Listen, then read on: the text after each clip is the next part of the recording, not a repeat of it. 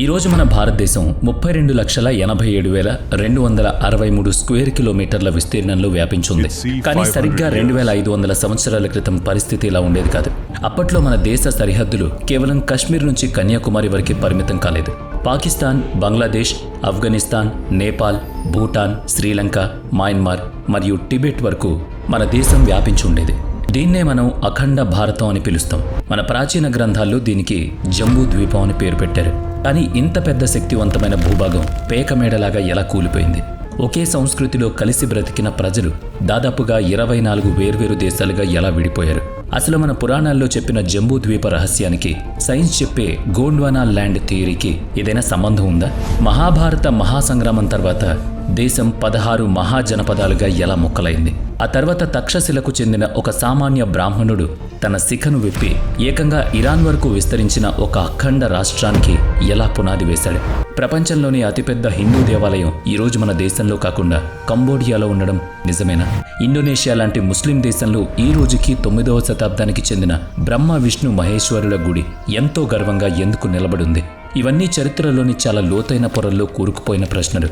వీటికి సమాధానాలు మిమ్మల్ని ఖచ్చితంగా వేటాడుతూనే ఉంటాయి. బహుశా మీ కళ్ళను మీరే నమ్మలేనన్ని విదేశీ చరిత్రకారుల డాక్యుమెంట్స్, ఆధారాలు కూడా మేము మీకు చూపిస్తాం.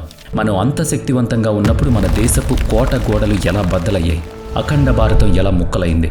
ఈరోజు వీడియో చాలా ఇంట్రెస్టింగ్గా ఉండబోతుంది. అందుకే ఇక్కడ స్కిప్ చేయకుండా పూర్తిగా చూడండి. సైన్స్, జాగ్రఫీ మరియు ఉద్దేశపూర్వకంగా చెరిపేసిన నిజమైన చరిత్ర పేజీలను ఈరోజు మనం తిరిగేద్దాం. ఆఫ్ఘనిస్తాన్ దూరం అవ్వడం నుంచి పాకిస్తాన్, బంగ్లాదేశ్ రక్తపాత విభజన వరకు మనం మాట్లాడుకుందాం. అలాగే మయన్మార్, శ్రీలంక ఎలా విడిపోయాయో ఆ చీకటి నిజాలన్నీ ఈరోజు తేటతెల్లమవుతాయి. ఈ వీడియోలో మనం అఖండ భారతం యొక్క నిజాలు తెలుసుకోబోతున్నాం. వేదాలు, గ్రంథాలు, పురాణాల్లో ఈ భూభాగం గురించి చాలా వివరంగా రాసుంది. కానీ ప్రాచీన కాలం నాటి భారతదేశం ఇప్పటి భారతదేశంలాగా అస్సలు ఉండేది కాదు. వేల సంవత్సరాల క్రితం దీన్ని జంబూ ద్వీపం అని పిలిచేవారు. మార్కండేయ పురాణం ప్రకారం ఆ సమయంలో భూమి మొత్తం 7 ద్వీపాలుగా, అంటే 7 ఖండాలుగా విడిపోయి ఉండేది. ఈ 7 ఖండాల్లో జంబూ ద్వీపం చాలా ప్రత్యేకమైనదిగా గుర్తింపు పొందింది. ఎందుకంటే మనుషులు జీవించడానికి తగిన వాతావరణం అప్పట్లో కేవలం జంబూ ద్వీపంలోనే ఉండేది. వాయు పురాణం ప్రకారం త్రేతాయుగంలో, అంటే శ్రీరాముడు పుట్టడానికి వేల ఏళ్ల క్రితమే మహారాజు ప్రియవ్రతుడు భూమిని 7 ఖండాలుగా విభజించాడు. అందులో ఒకటి ఈ జంబూ ద్వీపం. మొదటి మనువు అయిన స్వయంభువ మనువు తన భార్య శతరూప ఇక్కడే నివసించేవారని చెబుతారు.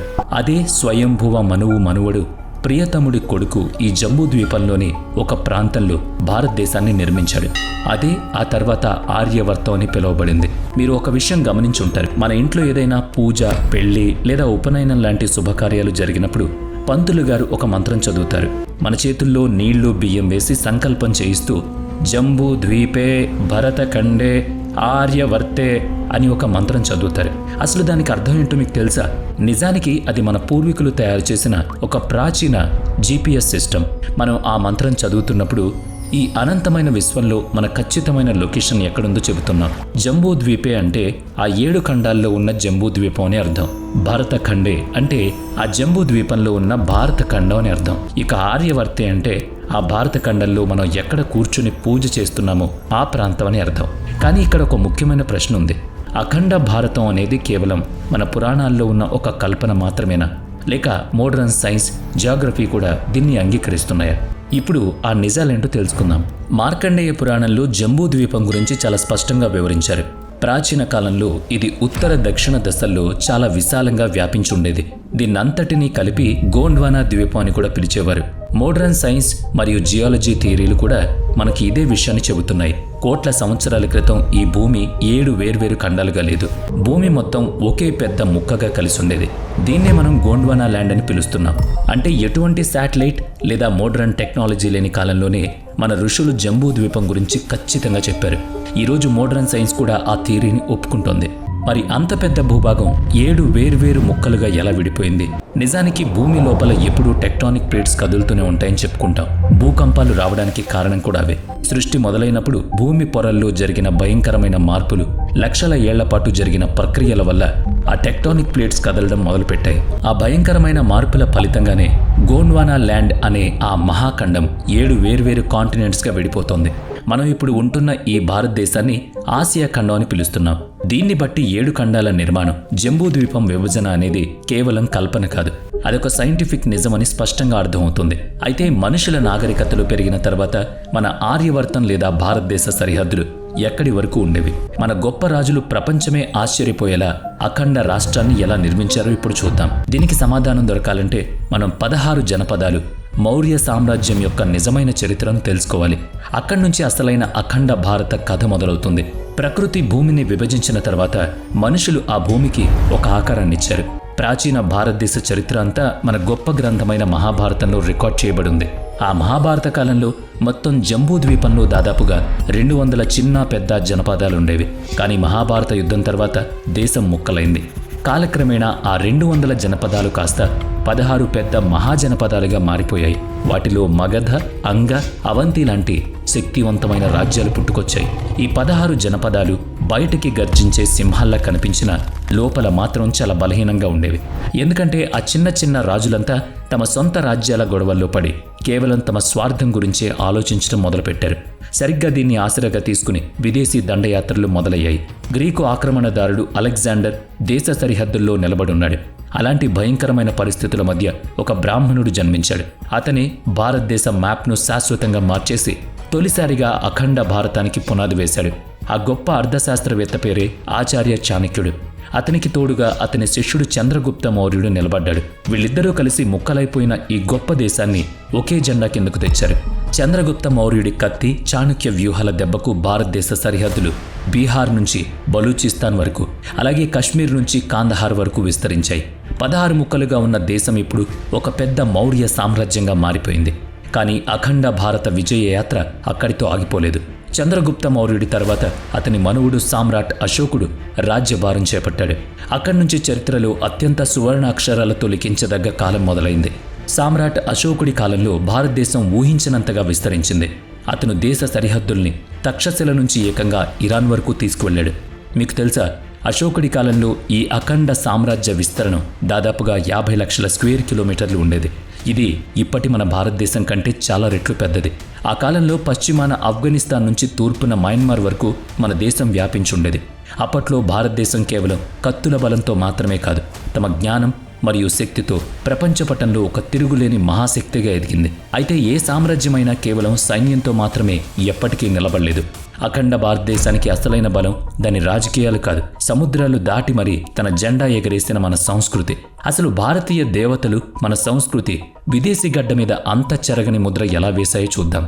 ఆధునిక చరిత్రకారులు ఆనాటి భారతదేశాన్ని గ్రేటర్ ఇండియా లేదా సాంస్కృతిక అఖండ భారతం అని పిలిచేవారు. అప్పట్లో భారత ఉపఖండం, దాని చుట్టుపక్కల ప్రాంతాలు సాంస్కృతికంగా, ధార్మికంగా, ఒకసారి రాజకీయంగా కూడా పూర్తిగా కలిసుండేవి. సామ్రాట్ అశోకుడు ఆ తర్వాత వచ్చిన గుప్తుల కాలంలో మన వేద సాంప్రదాయాలు, బౌద్ధ ఆలోచనలు, హిందూ ఆచారాలు సముద్రాలు దాటి మరీ వ్యాపించాయి. ప్రపంచంలోనే అతిపెద్ద హిందూ దేవాలయమైన ఆంకోర్ వాట్ మన దేశంలో కాకుండా కంబోడియాలో ఎందుకుందో మీరు ఎప్పుడైనా ఆలోచించారా? కంబోడియా చరిత్రకు, హిందూ ధర్మానికి, అలాగే మన ప్రాచీన సంస్కృతికి విడదీయరాని బంధం ఉంది. అక్కడ నమ్మకాల ప్రకారం కంబోడియా రాజ్యాన్ని స్థాపించింది కౌండిన్యా అనే ఒక హిందూ బ్రాహ్మణుడు. అలాగే ఇండోనేషియాలో రామాలయం ఈ రోజుకి సజీవంగా ప్రజల గుండెల్లో నిలిచింది. పురాణాల్లో దీన్ని దీపాంతర భారతం అని పిలిచేవారు. ఇండోనేషియాలో 9వ శతాబ్దంలో కట్టిన ప్రంబనన్ గుడి ఈ రోజుకి ఎంతో అద్భుతంగా కనిపిస్తుంది. ఇది నేరుగా హిందువుల త్రిమూర్తులైన బ్రహ్మ, విష్ణు, మహేశ్వరులకు ప్రతిరూపం. యునెస్కో కూడా దీన్ని వరల్డ్ హెరిటేజ్గా గుర్తించింది. భారతదేశపు ఈ సాంస్కృతిక విజయయాత్ర అక్కడితో ఆగిపోలేదు. ఈరోజు మనం పిలుస్తున్న వియత్నాంను ప్రాచీన కాలంలో చంపా రాజ్యం అని పిలిచేవారు. అది కూడా 2వ శతాబ్దం నుంచి వందల ఏళ్ల పాటు భారతీయ సంస్కృతికి ఒక ప్రధాన కేంద్రంగా ఉండేది. వియత్నాంలోని ఆ పాత చంపా రాజ్యంలో శైవ మతాన్ని పాటించేవారని, అక్కడ అసలైన భాష మరేదో కాదు, సంస్కృతం అని తెలిస్తే మీరు ఆశ్చర్యపోతారు. ఈ రోజుకి వియత్నాంలో ఉన్న మైసన్ టెంపుల్ హిందూ ధర్మానికి సజీవ సాక్ష్యం. అక్కడ మూలవాసులైన చంపా ప్రజలు ఇప్పటికీ హిందూ ఆచారాలు పాటిస్తారు. అయితే ఇక్కడ ఒక అతిపెద్ద ప్రశ్న తలెత్తుతుంది. సముద్రాలు దాటిన మన సంస్కృతి అంత శక్తివంతంగా ఉన్నప్పుడు, మన వేదాలు, జ్ఞానం, గుడులు, గంటల శబ్దాలు ఆసియా మొత్తం వినిపిస్తున్నప్పుడు, మరి ఈ అఖండ భారతం ఇలా ముక్కలు ఎలా అయింది? ప్రతి హిందువు ఖచ్చితంగా తెలుసుకోవాల్సిన నిజమిదే. భారతదేశ చరిత్ర గురించి మాట్లాడేటప్పుడు అఖండ భారతం నిజంగా ఉండేదా, లేక అదొక కల్పన మాత్రమేనా అనే చర్చ తరచుగా వస్తుంది. అయితే మధ్యయుగం కాలం నాటి చారిత్రక డాక్యుమెంట్లను పరిశీలిస్తే హిందుస్థాన్ గురించి చాలా స్పష్టమైన ఆశ్చర్యకరమైన నిజాలు బయటకొస్తాయి. మన దేశంలో ముస్లిం పాలన మొదలైన కొత్తలో మొదటిగా హిందుస్థాన్ భౌగోళిక సరిహద్దులను స్పష్టంగా నిర్ణయించారు. 13వ శతాబ్దంలో గులాం వంశానికి చెందిన సుల్తాన్ ఇల్తుష్మీ కాలంలో ఆఫ్ఘనిస్తాన్లోని గోర్ ప్రాంతానికి చెందిన మిన్హాజ్ ఏ సిరాజ్ జుజ్జానీ అనే ప్రముఖ చరిత్రకారుడు తన తబ్ఖత్ ఏ నాసీరీ పుస్తకంలో మన దేశ సరిహద్దుల గురించి స్పష్టంగా రాశాడు. హిందుస్థాన్ తూర్పున బెంగాల్ వరకు విస్తరించి ఉందని అతను అందులో పొందుపరిచాడు. అలాగే ఉత్తర దశలో దీని సరిహద్దులు కాబూల్, కందహార్, జజ్నీ మరియు గోర్ వరకు వెళతాయని రాశాడు. కాలం ముందుకు సాగి 1526లో జరిగిన మొదటి పానిపట్ యుద్ధంలో గెలిచిన తర్వాత జహీరుద్దీన్ మొహమ్మద్ బాబర్ తనను తాను హిందుస్థాన్ బాద్షాగా ప్రకటించుకున్నాడు. కానీ అతను పాలించిన ఆ హిందుస్థాన్ ఏదో చిన్న ప్రాంతం కాదు. బాబర్ తన ఆత్మకథ బాబర్ నామాలు మన దేశ మ్యాప్ గురించి రాస్తూ హిందుస్థాన్కు తూర్పు, పశ్చిమ, దక్షిణ దిశల్లో విశాలమైన సముద్రం ఉందని తెలిపాడు.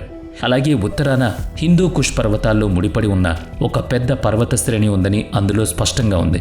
కశ్మీర్ పర్వత ప్రాంతాలతో పాటు హిందుస్థాన్ వాయువ్య భాగంలో కాబూల్, జజ్నీ మరియు కాందహార్ లాంటి నగరాలు కూడా ఉన్నాయని బాబర్ స్వయంగా రికార్డ్ చేశాడు.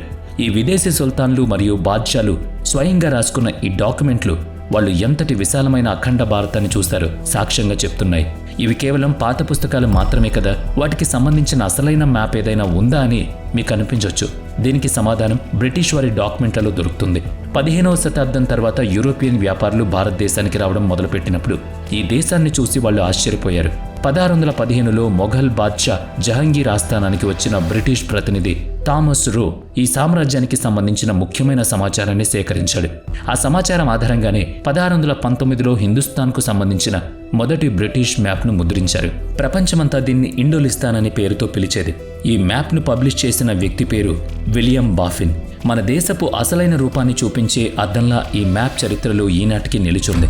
ఈ చారిత్రక మ్యాప్లో ఆఫ్ఘనిస్తాన్లోని కాబూల్, కాందహార్ నుంచి మొదలుపెట్టి ఇప్పటి పాకిస్తాన్, భారతదేశం, బంగ్లాదేశ్ అంతా ఒకే సరిహద్దు లోపల స్పష్టంగా కనిపిస్తాయి.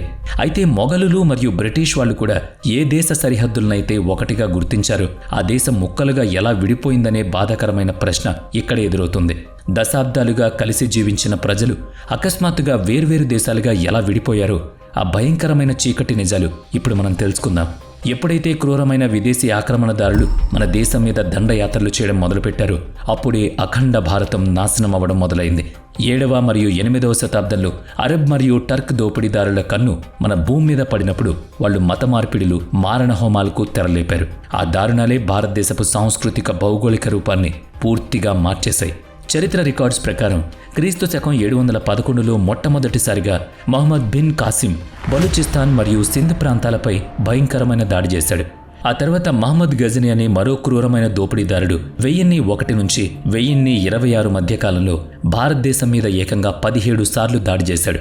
పంజాబ్లోని ముల్తాన్ నుంచి మధుర వరకు, అలాగే సౌరాష్ట్రలోని కథియావాడిలో ఉన్న సోమనాథ్ టెంపుల్ వరకు గజనీ ఎన్నో గుడులను కూల్చేసి సంపదను దోచుకెళ్లాడు. ఈ ఆక్రమణదారులు కత్తి భయంతో హిందువులను బలవంతంగా ఇస్లాం మతంలోకి మార్చి ఆ ప్రాంతాన్నంతటినీ ఇస్లామీకరణ చేయడం మొదలుపెట్టారు. ఇది కేవలం మన భూములను ఆక్రమించడం మాత్రమే కాదు, భారతదేశ ఆత్మ మీద చేసిన దాడి. దీనివల్లే జంబూ ద్వీపంలోని చాలా ప్రాంతాలు మానసికంగా, సాంస్కృతికంగా ప్రధాన భూభాగం నుంచి దూరం కావడం మొదలయ్యాయి. కానీ అఖండ భారత శవపేటికకు చివరి మేకు కొట్టింది బ్రిటిష్ వాళ్లే. మన దేశం మీద బ్రిటిష్ వాళ్ళు పట్టు బిగించిన తర్వాత ఇంత పెద్ద భూభాగాన్ని ఒకే చోట నుంచి కంట్రోల్ చేయడం అసాధ్యం. ఇది వాళ్ళకి అర్థమైంది. అప్పుడే వాళ్ళు డివైడ్ అండ్ రూల్ అనే భయంకరమైన కుట్ర చేశారు. బ్రిటిష్ వాళ్ళు ఉద్దేశపూర్వకంగా భారతదేశాన్ని చిన్న చిన్న ముక్కలు చేశారు. భవిష్యత్తులో ఈ దేశం మళ్ళీ ఎప్పటికీ అఖండ భారతంగా మారకూడదనేది వాళ్ళ నిర్ణయం. ఒకదాని తర్వాత ఒకటిగా ఎన్నో కుట్రపూరిత ఒప్పందాలను మన మీద రుద్దారు. మ్యాప్ల మీద నెత్తుటి గీతలు గీశారు. రాజకీయం అనే విష బీజాలు నాటారు. చివరకు ఆ కుట్రలే 1947లో జరిగిన ఆ రక్తపాత విభజనకు కారణం. ఆఫ్ఘనిస్తాన్ నుంచి శ్రీలంక మరియు నేపాల్ వరకు ఈ దేశాలు మన నుంచి ఎప్పుడు, ఎలా, ఏ ఒప్పందాల కింద శాశ్వతంగా విడిపోయాయో ఆ తేదీల గురించి ఇప్పుడు చూద్దాం. అఖండ భారతం ముక్కలవ్వడం అనేది ఒక్క రోజులో జరిగింది కాదు. అది 100 ఏళ్ల పాటు జరిగిన నిరంతర కుట్ర. ముందుగా మన మహాభారత చరిత్రతో లోతైన సంబంధం ఉన్న ఆఫ్ఘనిస్తాన్ భూమి గురించి మాట్లాడుకుందాం. ప్రాచీన కాలంలో దీన్ని గంగాధర దేశం అని పిలిచేవారు. అక్కడే సుబల రాజు పాలన సాగించేవాడు. అతని కూతురు గంగాధరికి కురు వంశానికి చెందిన ధృతరాష్ట్రుడితో వివాహం జరిగింది. హస్తినాపుర పతనానికి కారణమైన శకుని మామ రాజ్యం కూడా అదే. చంద్రగుప్త మౌర్యుడు మరియు సామ్రాట్ కనిష్కుడి కాలంలో ఇక్కడ సనాతన ధర్మం, బౌద్ధ మతం ఎంతో గొప్పగా వెలుగొందాయి. కానీ నిరంతరం జరిగిన ఇస్లామిక్ దాడుల వల్ల అక్కడ పరిస్థితి పూర్తిగా మారిపోయింది. 1876 మే 26న బ్రిటిష్ మరియు రష్యన్ పాలకుల మధ్య జరిగిన గన్మక్ ఒప్పందం దీన్ని ఒక బఫర్ స్టేట్గా మార్చేసింది. చివరిగా 1919 ఆగస్టు 18న ఆఫ్ఘనిస్తాన్ బ్రిటిష్ పాలన నుంచి స్వాతంత్ర్యం పొంది భారతదేశం నుంచి విడిపోయింది. ఆ తర్వాత మన పొరుగు దేశమైన నేపాల్ వైపు వెళితే పురాణాల ప్రకారం నేపాల్ను దేవ్ఘర్ అని పిలిచేవారు. రామాయణంలో సీతామాత జన్మస్థలమైన మిథిల ఇక్కడే ఉంది. ఈ ప్రాంతంలోనే ఉన్న లుంబినిలో గౌతమ బుద్ధుడు జన్మించాడు. క్రీస్తు పూర్వం 1560 నుంచే ఇక్కడ హిందూ ఆర్య రాజుల పాలన ఉండేది.